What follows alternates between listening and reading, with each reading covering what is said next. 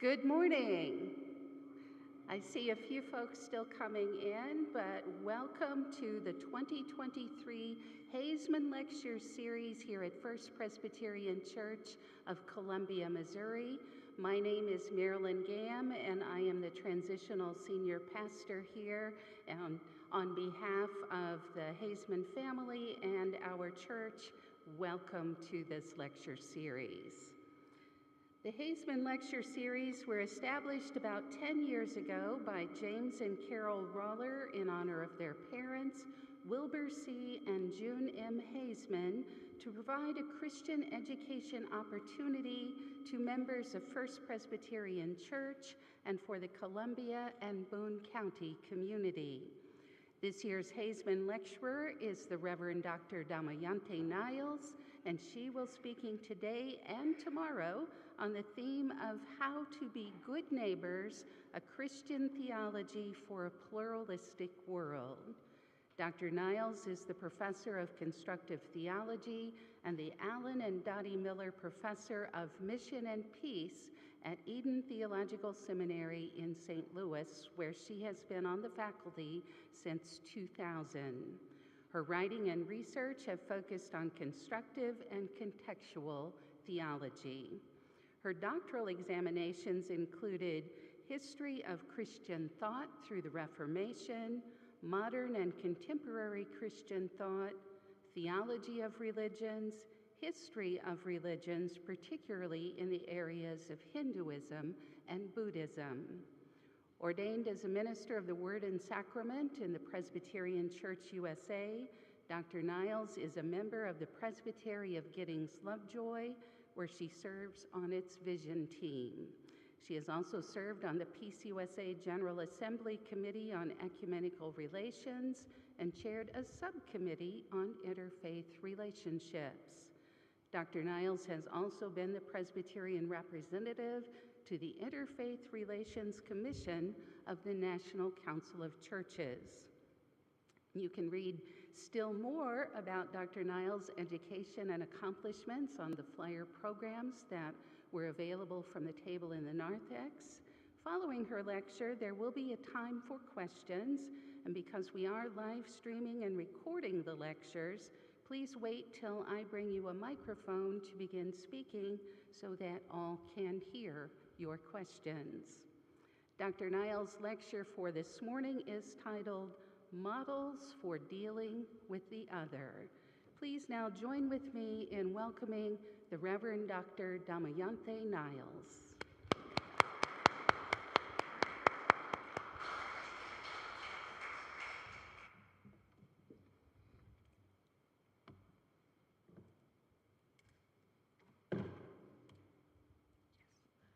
Good morning. It's a pleasure to be here. I always am a little nervous, even now, working with a computer, but I'm glad to see that it comes up pretty well.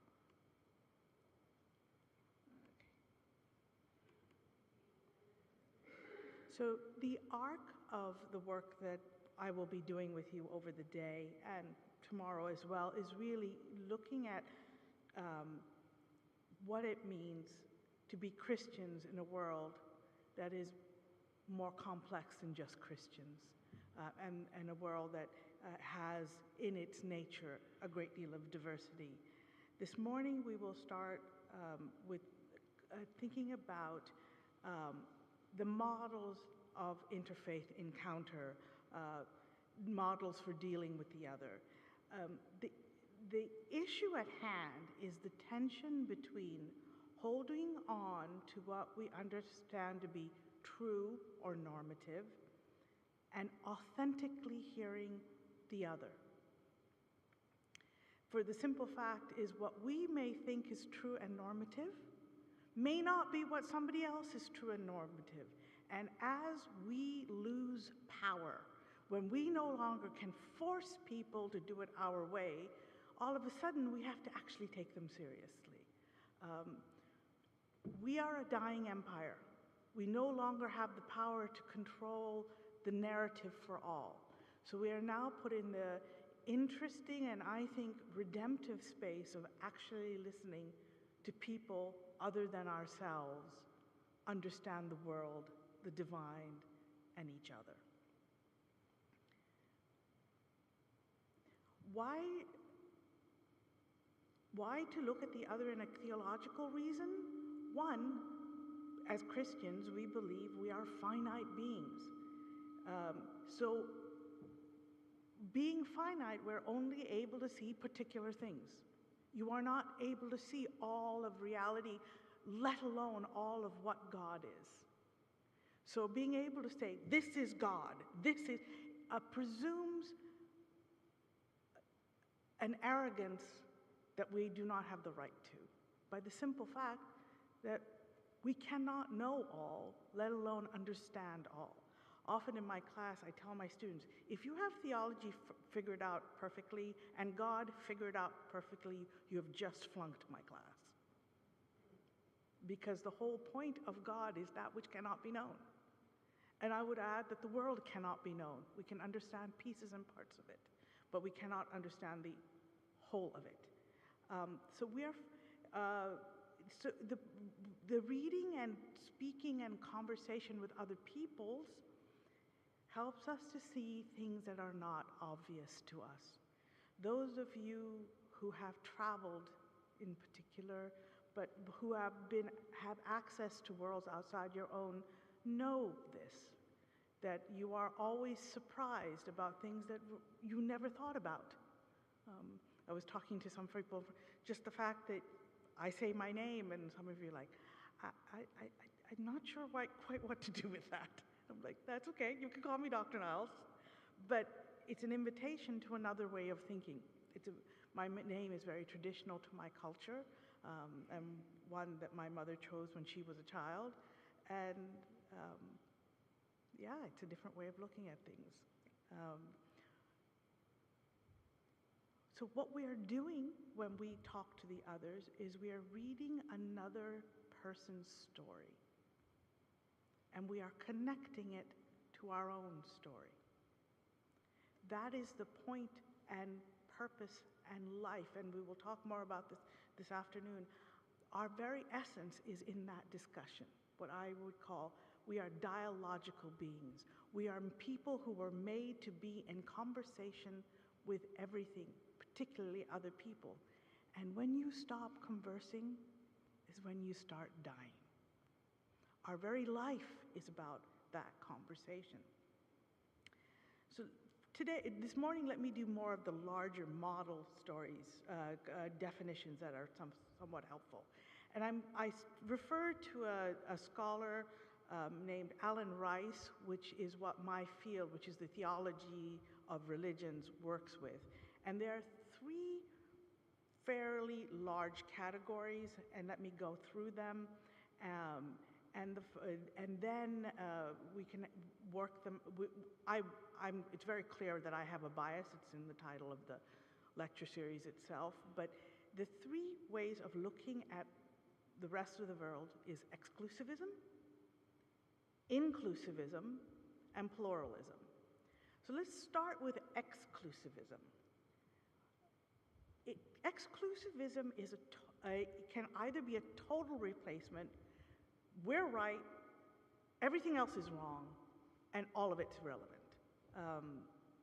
So at its best, total replacement is God has chosen to let us to know God's self in the person of Jesus Christ. And any religion, including Christianity, is unbelief. The proponent of this, one of the best proponents of this, was the German scholar Karl Barth. And it was just an intellectual fact that he stood by. My grandfather knew Barth and was friends with him, and at one point, Barth asked him about Hinduism, and my grandfather was explaining it, and Barth responded to him, "It's very interesting, too bad it's wrong and unbelief." And so my grandfather looked at me and said, "How many Hindus do you know from which you make that assessment?" He goes, "None." He goes, "Then how do you know it's right?" He goes, "A priori. Before you do anything else, you make that statement and you go from there." My grandfather was like, "Okay, Good to know. It makes it easier, right? When you first put out all the rules, this is how it's going to work.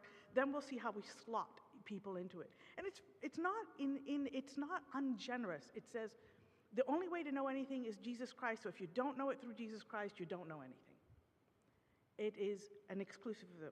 That is at its best. At its worst is, I am right and you are wrong. And I completely reject it. There was a book that I would commend and tell you, probably annoy. It's called Clash of Civilization by Samuel Huntington. And in it, he makes the comment, I cannot love who I am unless I hate what you are.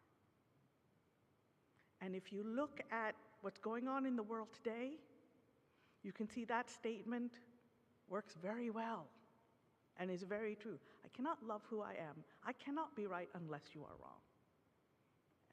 And the energy that goes with that. Partial replacement or partial exclusivism is the idea God is present in other religions in a way, but not really. So God manages to reveal God's self throughout creation in multiple ways. But you can't understand it. You can't be saved unless you know it through Jesus Christ. So it's like me. I'm pretty much blind unless I have my glasses on, right? So if you don't have your glasses on, you can't see God. And those glasses are Jesus Christ. Again, still a rejection. So the encounter with other religions, there is none. There's nothing to encounter. There's nothing worthwhile out there. The assumption of knowledge is that our knowledge is complete and total. We know everything, we know it completely, totally, that's all there is. The other option, which we will see in a different model later, is central and normative. Central and normative to me. This is how I make sense of the world, but there may be more. That is not in this model. So that is inclusivism. I'll wait. If you have questions, jot them down. We'll do that at the end, I think, where we can do a little bit more. I'm very much a conversation person, so hold your questions. We'll spend a lot of time in question space. So that's exclusivism. Inclusivism, and a large amount of those of us of the so-called progressive, liberal, Presbyterian tradition tend to fall in this world, is there's a singular end, and all a part of that, we're all part towards that single end. The thinking behind it is the world is graced. God is throughout the world. All religions are ways towards that singular end, what we often call salvation. Churches and religions are limited, but all point towards that end. So everything points towards a salvation. And normally read Christian salvation, being with God, being heaven, I think is the Western way of thinking of it, pointing in that direction. God does something that transcends both the church and religion. Right? Images often used with this are all roads point to Rome. Right? Or some of you have heard it, and if you haven't, the blind man and the elephant, where you have a number of blind men who are touching an elephant, and one says, it's like a rope, because they're touching the tail. It's like a trunk, because they're touching the tail. It's like a wall, because they're touching the body, or it's like a hose, because they're touching the trunk. They're all touching different things, so they're aware of different things, but it's still the same elephant. Yes? And for good or ill, I am a Star Trek fan, so I often say it's like the Borg. You will be assimilated. Resistance is futile. Everything is pointing in one direction. And you can hear my bias, because it is the colonial vision that there is an ultimate good, we all point towards that ultimate good. And you may not know you're being pointed towards that good, but that's where you're going. We are finding a common end or vision. So everybody wants democracy, freedom, and justice, and we're going to all help them get there. Because you may not know that's what you want, but that's what you want. We never ask if that's what you want. We tell you that's what you want. It's sort of like we tell you your favorite dessert's going to be vanilla ice cream, because you may not know that yet, but you will. There's a common end. So here, in another way, truth is also complete and total, because the truth is outside anyone's understanding of it. And everybody else needs to be brought on board. So going back to all roads lead to Rome, that's really good if you want to go to know Rome. But if you're trying to get to Manila and you're on a plane and it will always take you to Rome, I think you'll find that very frustrating, right? So the salvation narrative we often have is that everybody wants life eternal with God, right? That makes a lot of sense. The kingdom of God, we have eternal life with God. But you talk to a Hindu, that is the greatest curse you can give them, because they spend their whole being trying to stop being in the cycle of life. So your definition of heaven is their definition of samsara. And before you take their definition of samsara, as my students tend to, but great that we have, let me explain samsara in a very visceral way. Remember 7th grade and the joy of 7th grade and trying to live through 7th grade? Think about it, doing it over and over and over and over. And this is not, you don't learn anything, you just get to experience it eternally. So when you go up to a Hindu and say, we can give you the best end of life, samsara, they're looking at it and going, not so much. Does that make sense? Their vision of an ultimate end is entirely different than ours. And so for those of you who are in the idea of sharing your story, maybe saying that this is all you've got may not be the best thing you got. You might want to look at your religion more widely than that, your faith wider than that. And so, in a way, inclusivism is the polite exclusivism. It's the one in your Sunday clothes with the gloves and the hat. It's the same thing, it's just presented far more nicely than the other. Because welcoming all at your table or your church may be still kind of centered on you. Everyone is welcome at our table. Well, that's good, I guess, but are you ever going to eat from somebody else's table? Inclusivism. So you can tell my bias, which is the third model, which is pluralism. And pluralism makes peace with the radical difference. The thinking behind it is a deep suspicion, and you can hear that already in my voice and in the way I'm presenting the material. I have a bias, stating that straight up front. We are suspicious of the meta-narrative, the ultimate large narrative into which all goes. For those of you who are theologians, Paul Tillich is a great one for this. We all fit, everybody has a salvation narrative, you throw it into salvation. And it eventually means whatever your defining salvation is. Everybody believes in God. If you talk to a Buddhist, Buddhists are the real atheists. There is no theism in their religious structure at all. So trying to shove God in the corners, not helpful for you to understand their faith. So there's a critique of the meta. It also critiques the confidence in reason. We know. And it critiques the primacy we put on empirical data. We know this, therefore we know that. It questions people like Thomas Aquinas. and it questions the search for universal truths. What is the big T that all these little T's connect to? Those are questioned by pluralism. It assumes that there is actually no common grounds, that different ends are what's key. It's not just different things leading to a common end. The ends themselves are different. So many religions, as I have pointed out, equal many different kinds of salvation. So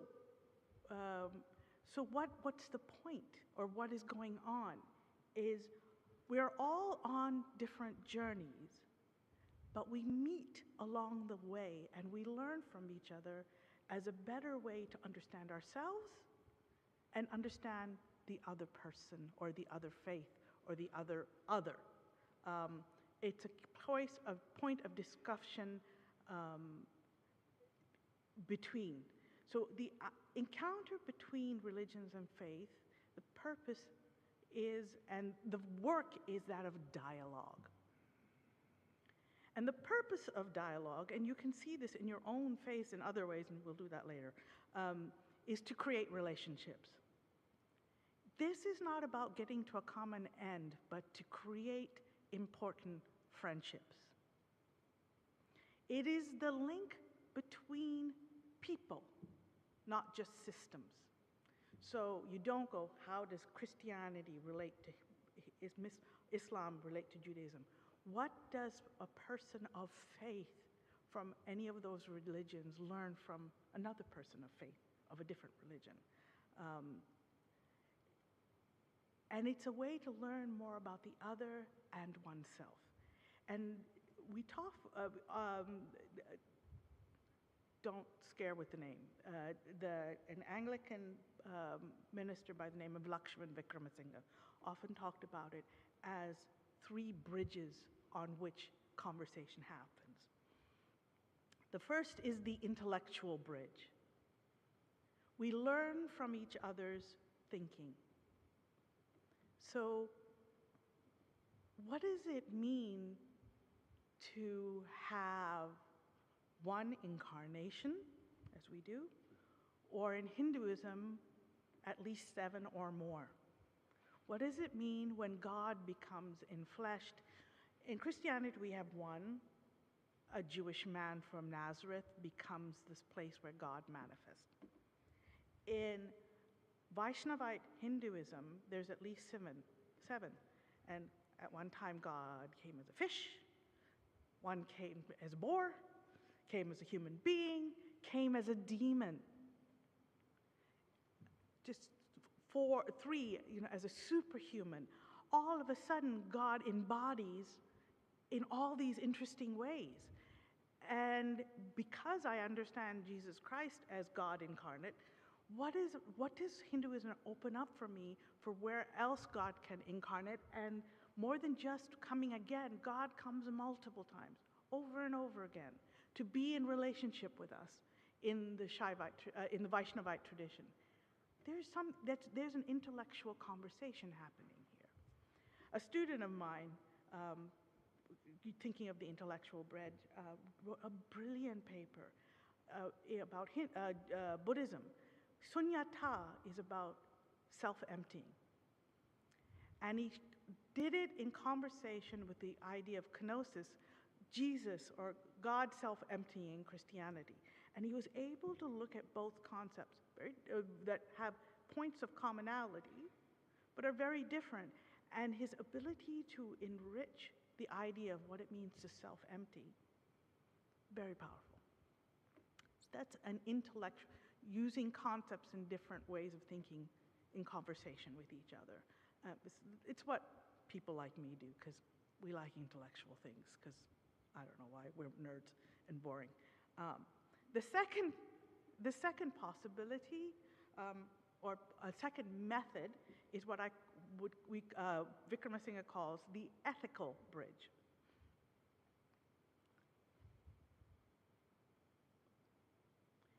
Suffering and injustice call to attention in all of us. And we are all called by our faiths to address it. We find common problems and a common ground to address. So,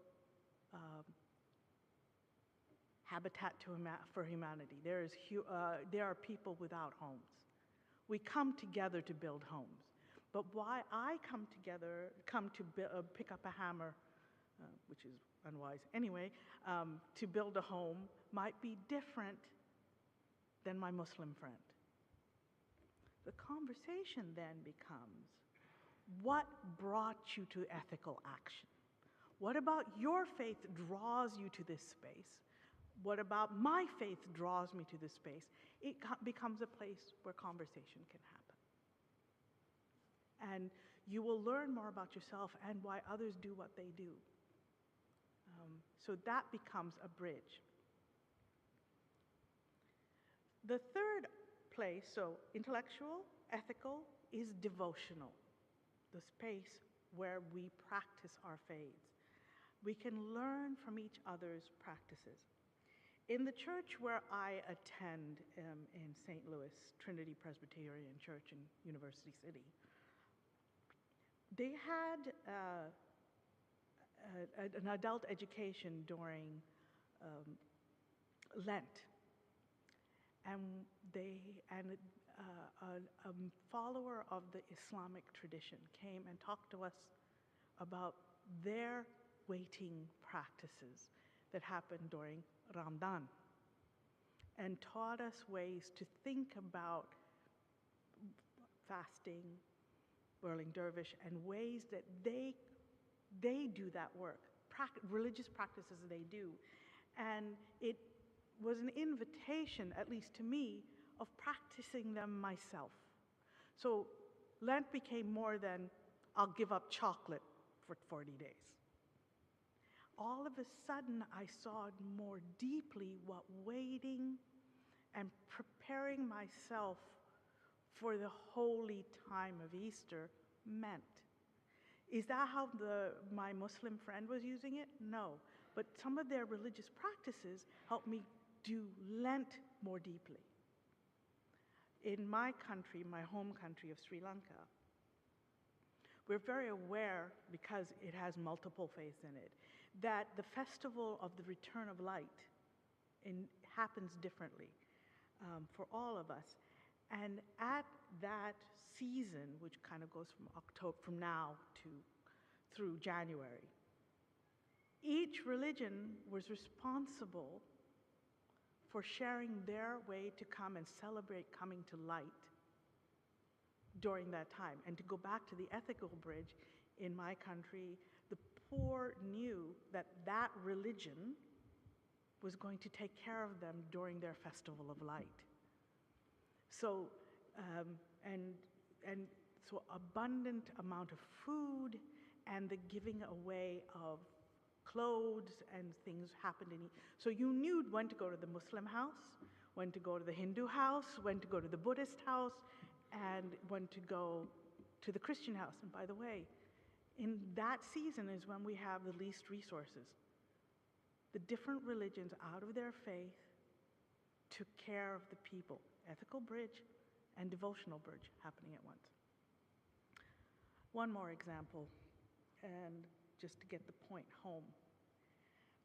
Another scholar and dear friend, Wesley Ariraja, tells this story, where he and a Hindu friend were going to a conference together, and they were driving there in Sri Lanka. And his friend said, Wesley, we've got time. We're about 45 an hour early, which is surprising among Sri Lankans anyway. But he said, could we stop at the temple, because I've not had a chance to go to temple.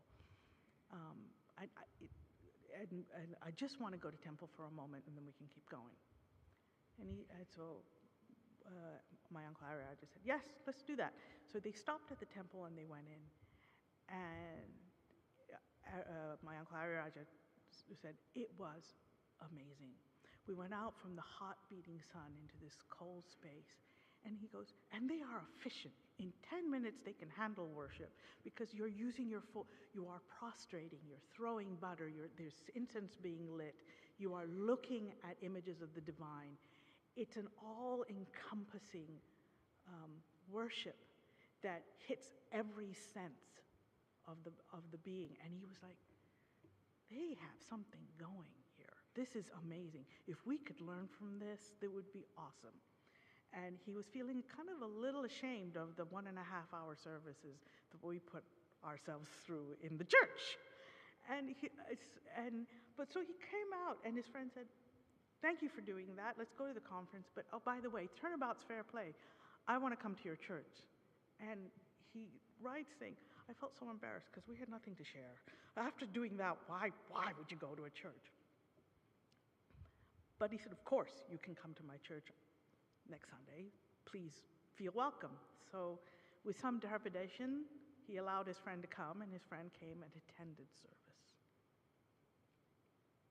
After it was over, his friend came up to him, and his face was glowing, and he was so delighted. He goes, you are so lucky to worship like that. He's like, what? He goes, you pray together as a group. You share scripture together. You pull it apart together. You sing together. You have this community that comes together in worship. And my Uncle Eric's like, I never saw my religion like that. I just did it. The devotional bridge. The assumption then of knowledge here is what I was pushing at. Truth is central and normative. When I have Christians who are trying to be really avant-garde and say, yeah, I don't do Jesus because Jesus is too narrow. It's like, but it's in your nomenclature. You might want to think about Jesus. That's kind of central and normative to how you understand God and the world. What it is not is complete and total. And I really did have a student in my theology class, because I have the joy of teaching the central theology class at seminary. He said, I really like Christianity, but I don't like Jesus. I don't think Jesus is the way we do things. I think Buddha is. I said, yes, that's called Buddhism. You may want to study it. If that's where you think, that's where you find truth most centrally and normatively coming forward. Nothing wrong with that. In fact, fabulous. But you might actually want to learn about that rather than just sort of, flip out one with the other. Learn about the faith. So what we know is central and normative, the way we understand God, the way we understand Jesus, the way we understand the Bible is central and normative to us. The other is to be learned from. So because something is central and normative to you does not mean that other wisdom is not spaces out of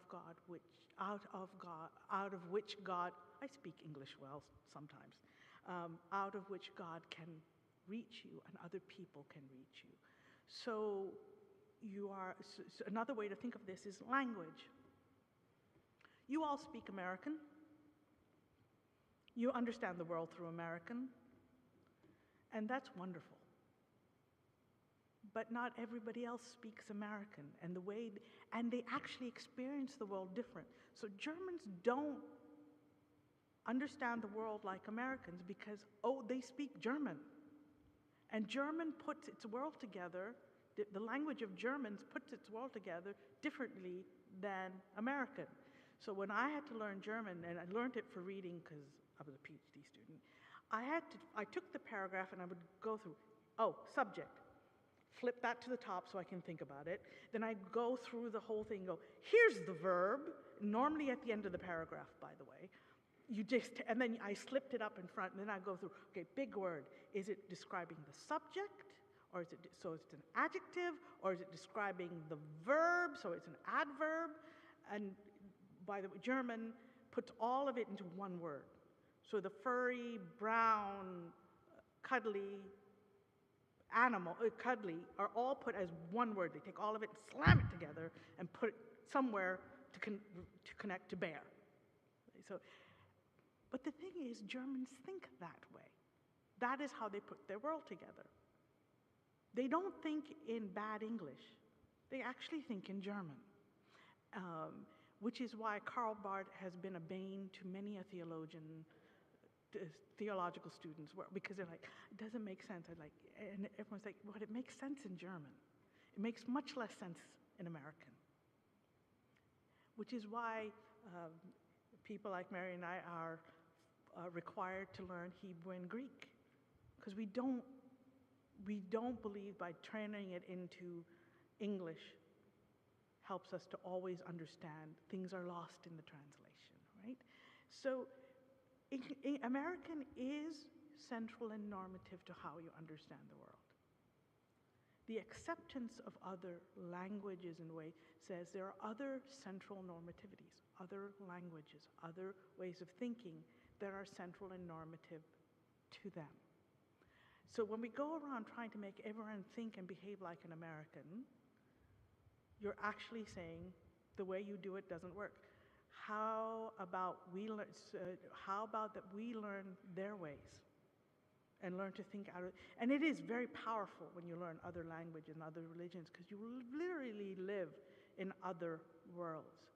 So others are people to be learned from, to make how we do what we do deeper, but also be in a much more, dare I say it, sacred conversation with them.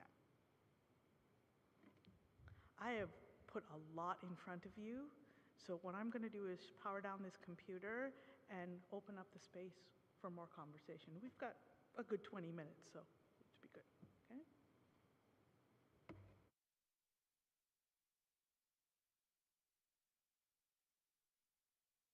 Show our appreciation to Dr. Niles.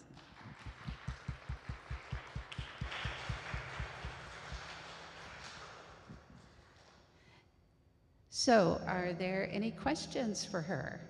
Kenny. Thank you for the talk. My biases are different than yours, so I want to give you a dilemma for pluralism, and then I want to see how you might respond to that dilemma.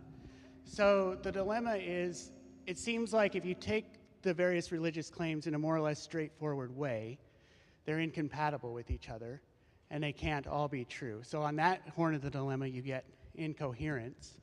On the other horn, you say, okay, but you're taking them like too literally. You should understand these claims in a metaphorical sense or something like that. But the problem is that many of the practitioners of those religions don't understand the claims that way. So if I might say to my good friend who's an Orthodox Jewish rabbi, well, you say that Jesus isn't the Messiah, and what you're saying, and you think that's incompatible with what I believe, but let me tell you, as a pluralist, we're really on the same page. That doesn't seem to be respectful to him. So it seems like either incoherence or putting yourself in that very privileged position where you think you know better than everybody else that the pluralist wants to avoid. So that's the dilemma. I wonder how you might avoid the dilemma. Good question. If you say, in the end, we really are the same, you're falling into the inclusivist trap, not the pluralist. I'm going to tell you, pluralists are deeply suspicious. In the end, there's a truth. And here's the central and normative as opposed to complete and total. This is the truth as I understand it. I am aware you do it differently. What you can say, if Jesus is not the Messiah. So I teach a class at Eden with one of my friends who is a rabbi. We teach theology through Star Trek. So anyone who wants to audit that, that's where we do that. But at one point we said we were looking at a Star Trek episode. And by the way, class is you have to watch 4 episodes of Star Trek that week. All my students thought they got a get out of jail free card, and I had to explain that to their spouses, that I have to go do my homework, I have to go watch TV. That was a lot of fun. But we were watching, and he goes, what are the messianic themes that you saw in this episode? And my good Christian students gave examples. And he goes, good, good. Now I'm going to, and he did this a lot. Now I want to blow your mind. You didn't show me messianic visions. You showed me Christ visions. And it froze them. He goes, Christ is an example of messianism in Judaism. He is not the Messiah. So all of a sudden, their world of what being a Messiah is was pushed so much further. And so, yes, they're like, yeah, you've got a piece, but there are other pieces. And they may help you understand your piece, or they may contradict your piece, or but they will always, I love jazz. Discord helps you understand as much as chord. And we have come to a point where we like harmony. The national anthem of India does not end on a major chord. It ends on a minor chord, which always says, there's more. We're still moving. And discord allows that moreness to come in. And I think we want to find the good, clear, final answer. And like I said before, I think that's not helpful, because then you're stopping. I can give you the correct truth. You will never know the correct truth if you're trying to do theology. Maybe second grade math, but not theology, and definitely not religion. You will never get to that place. So stay on the journey and see what happens next. Is that a fair enough answer to your question? Yes. Happy to. Other questions?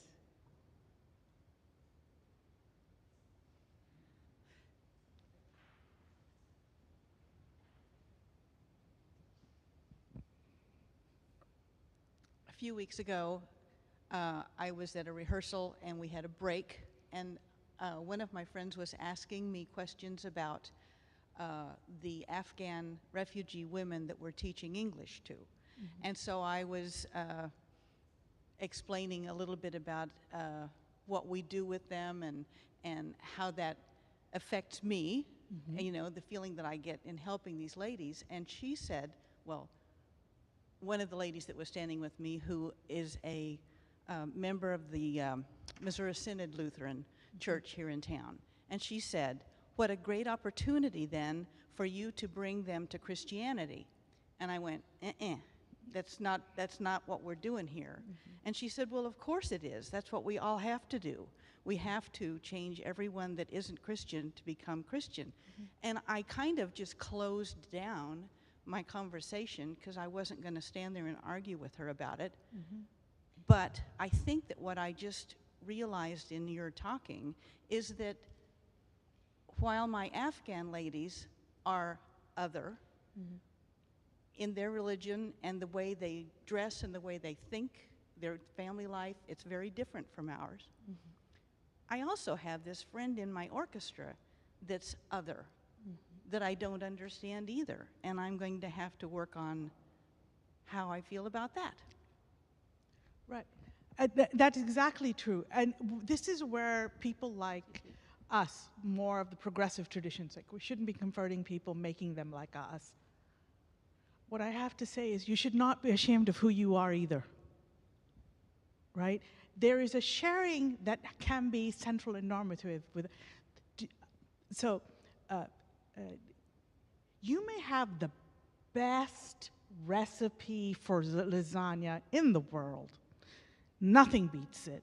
Absolutely the best. Right? So why wouldn't you share it? And in that process, learn about other ways of losing lasagna that you might add to yours. Or another dish altogether with pasta, right? That is where it's always about having conversation. It's the attitude of the conversation.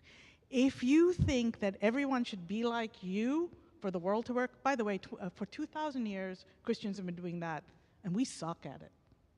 And what we're teaching doesn't work. It actually makes the world worse. Just saying. And as I will say, as a post-colonial scholar, what Christianity teaches best is how to colonize. And if that's all Christianity has, let's shut down completely. And the fact is, our colonization doesn't work anymore because we don't have the power to colonize anymore.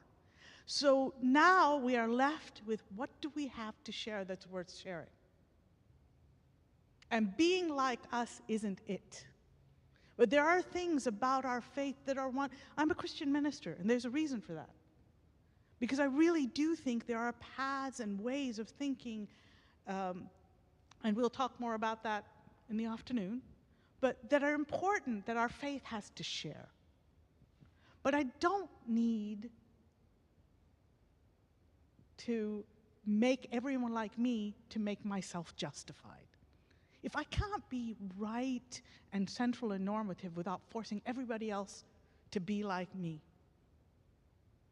then maybe what I have to say isn't useful at all. So we're all other in some way or another. And one of my good friends is a Southern Missouri boy from a farm. He's also a minister, Methodist one. And we get on really well. And where we share is over cooking. So he's like, I need to learn curry. Such a much better food. I'm like, I won't argue with you. Curry is a great way to eat.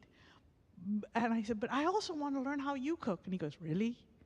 Barbecuing and grilling and smoking? I'm like, listen, anything I roast is either a bloody sacrifice or a burnt offering. So a little help here we really well appreciate. I don't do meats because I don't know how to cook it. But learning the way he thinks about cooking meat has been, first of all, it's a really fun place to chat and talk. But I'm also, my world is broadening. I don't do Southern Missouri food well, but I'd love to learn. Is it other to me? Absolutely. I love to learn, as is spices were to him. So, and I will tell you, teaching him curries, I was teaching him my world. The way I learned to use spices, my mother made me taste all of them. So I know what spice to use if I'm in what mood, what goes where. So, and then learned about what color works.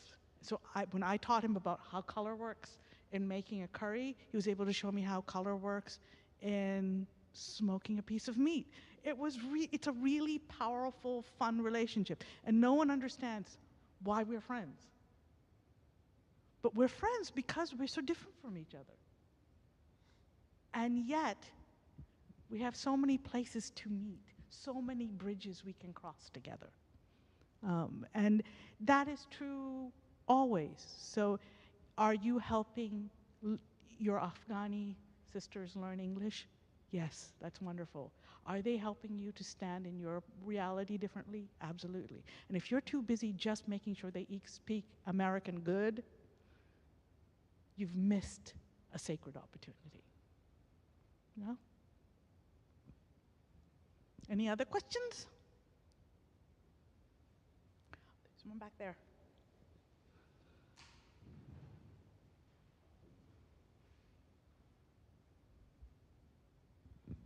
I'm not really sure everybody comes to religion for dialogic enlightenment. I mean, it seems to me that the purpose of religion for most people is the opposite of that, and it just reminds me of Martin Buber's Between Man and Man, which is a great book talking about this kind of relationship. But I just don't see that as being the purpose of religion for most people.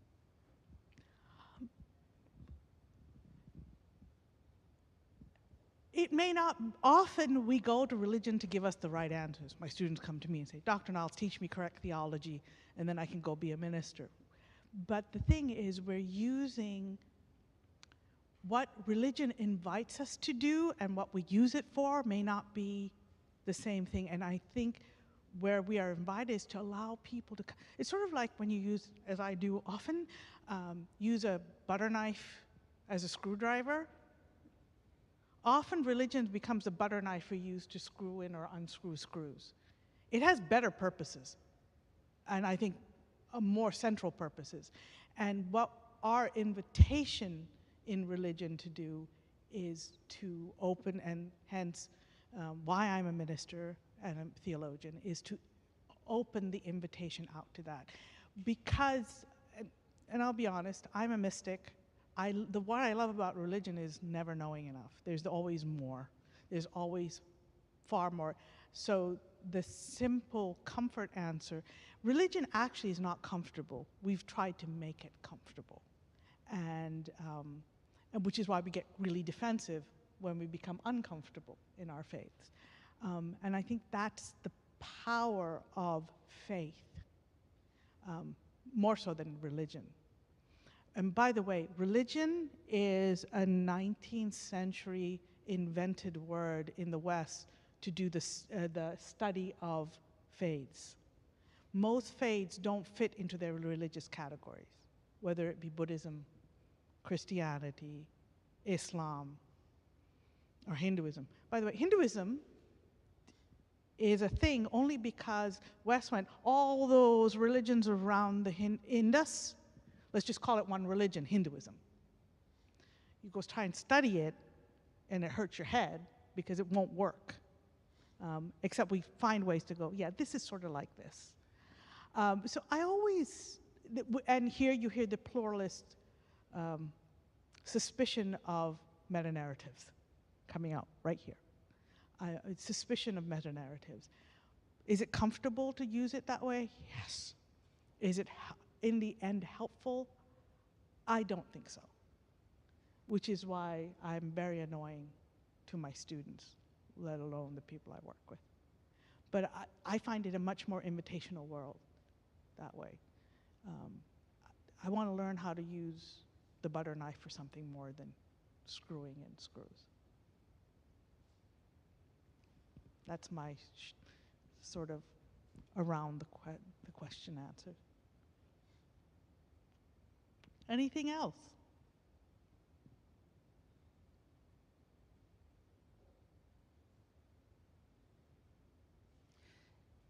Damanante, you shared with me over dinner last night that when you were growing up, at different points in your grade school education,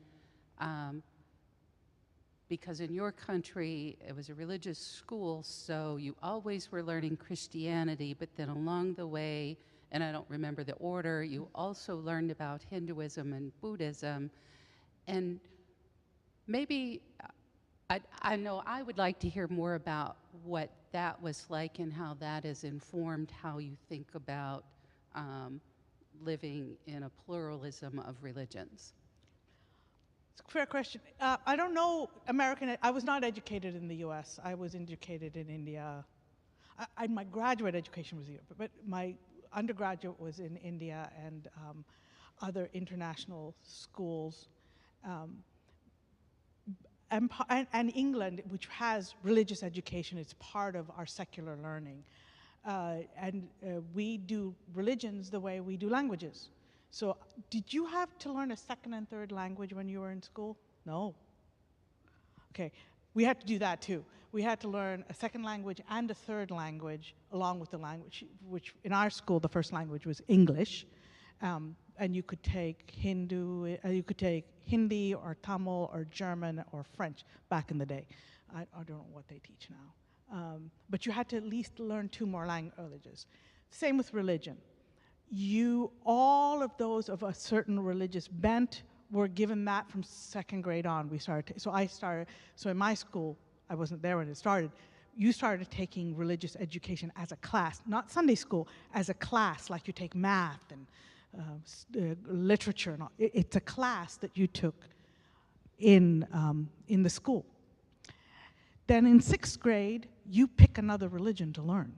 And I picked Hinduism because the country I lived in and a lot of my friends were Hindu. So I started learning Hinduism. And then in 10th grade, you learn a 3rd religion. And I added Buddhism because it's my country, a large number of the people are Buddhist, and it shapes the way we think. Others learned Farsi, Zoroastrianism. There you could learn what have you. There were a whole bunch of choices. But I came out of high school with some dexterity in at least 3 religions. And I thought, talk about central and normative, I thought that's how everybody was educated. And then I got to seminary, and I'm like, and my closest friend, one of my closest friends to this day, who's also Sri Lankan, we're looking, why are they going crazy when they found out Moses didn't write the Pentateuch? And by the way, Moses did not write the Pentateuch. He did not write the first 5 books that we call the Christian Bible. We learned that in 4th grade. What is this? And we realized that that's not, you never studied your text or your religion, let alone anyone else's. Which for me was a great aha moment. Oh, we are doing something completely different here. The central normativity of education here is completely different than the one we got. So it made a difference. And I come from I live in a world that's very complex and plural simply because, well, it just is. I grew up in an international, but also I come from Asia. The definition of Asia from the Christian Conference of Asia, how we define Asia, Pakistan and everything east to Japan is part of Asia. China, all the way down to Australia, is part of Asia. The only thing Asians have in common is we have nothing in common. So pluralism is our modus operandi. Now, I understand living in the middle of the Midwest in America, that may not be as much the case, where there's so much more I'm not used to this kind of homogeneity as part of my life. I did go to St. Olaf College, and yeah, they all did look alike.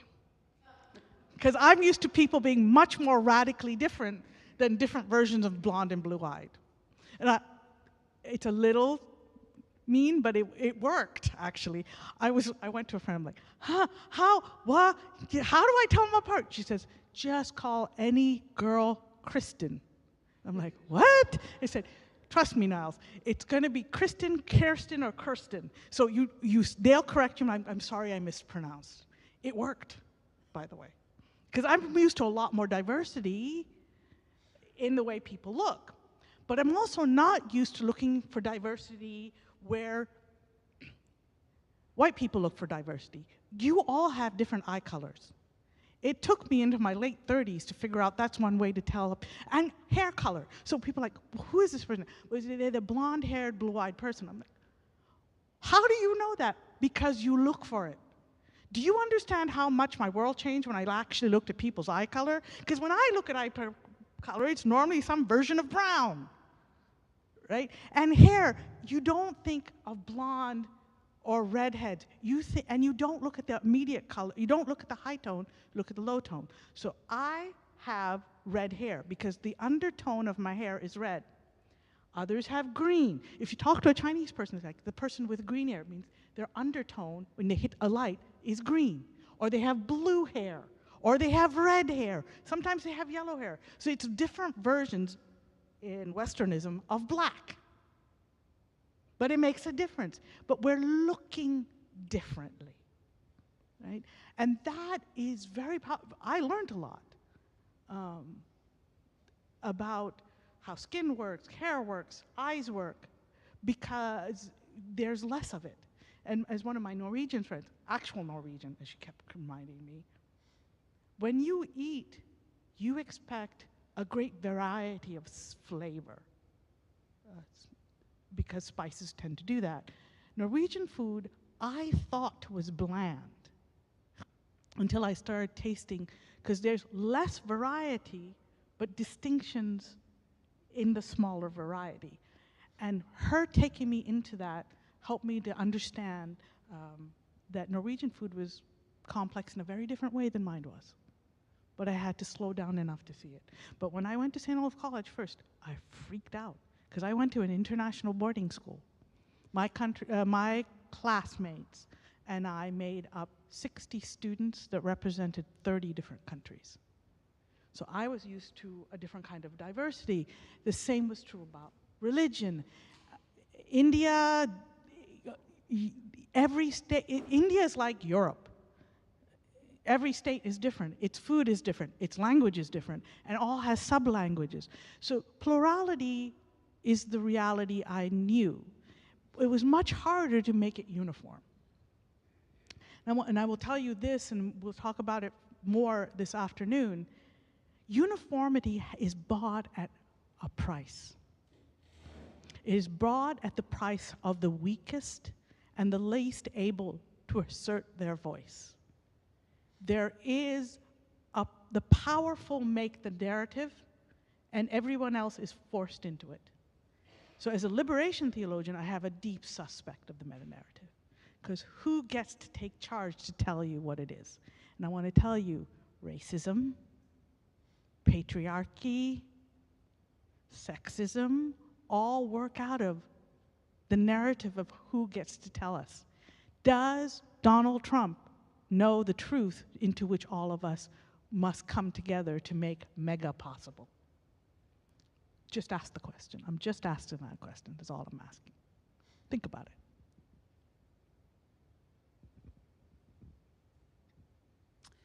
Any other questions? Oh no, you can't ask that question because it's like asking who was your favorite child. That's not going to happen. Any other questions? Well, if not, we hope you'll come back this afternoon for part 2.